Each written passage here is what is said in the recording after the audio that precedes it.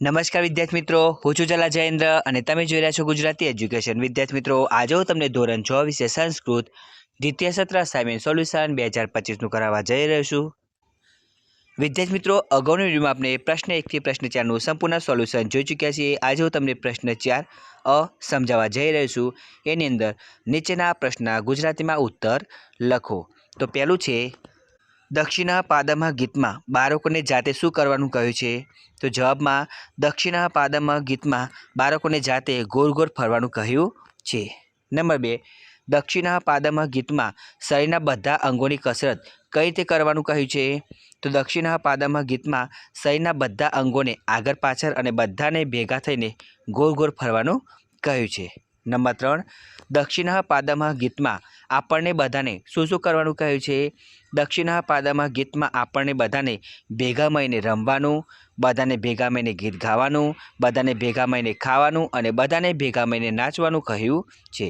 Number 4, અંતે અનિલ રાજીવની શાળા વિશે શું કહે છે? અંતે અનિલ રાજીવની શાળા વિશે કહે છે કે તમારી શાળા ખરેખર સુંદર છે. નંબર 5, રાજીવ રિસેસમાં શું કરે છે? તો જવાબમાં રાજીવ રિસેસના સમયમાં શાળાના મેદાનમાં રમે છે.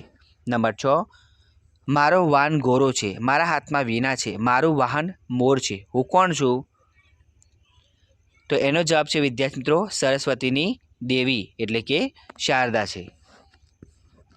હવે નંબર 7, હાથ, ગળા અને કાનના સાચા આભૂષણો કયા છે?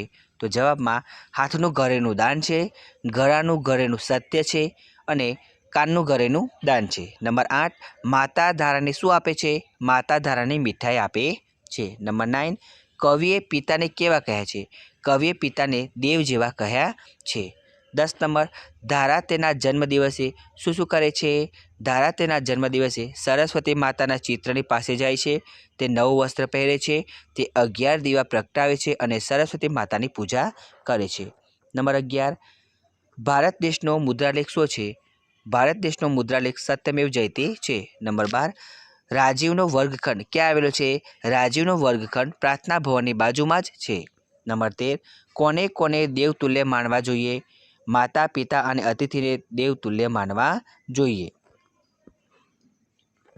14 નંબર, સજ્જનો દુર્જનોથી કઈ રીતે જુદા પડે છે? સજ્જનોના મન, વચન અને કર્મની એકરૂપતા જોવા મળે છે, જ્યારે દુર્જનોના મન, વચન અને કાર્યમાં એકરૂપતા હોતી નથી. આમ સજ્જનો દુર્જનોથી જુદા પડે છે. તો વિદ્યાર્થી મિત્રો, તમને મને વિડીયો પસંદ આવ્યો હોય તો વિડીયોને લાઇક કરો, કમેન્ટ કરો, શેર કરો અને સબસ્ક્રાઈબ જરૂર કરો. ધન્યવાદ.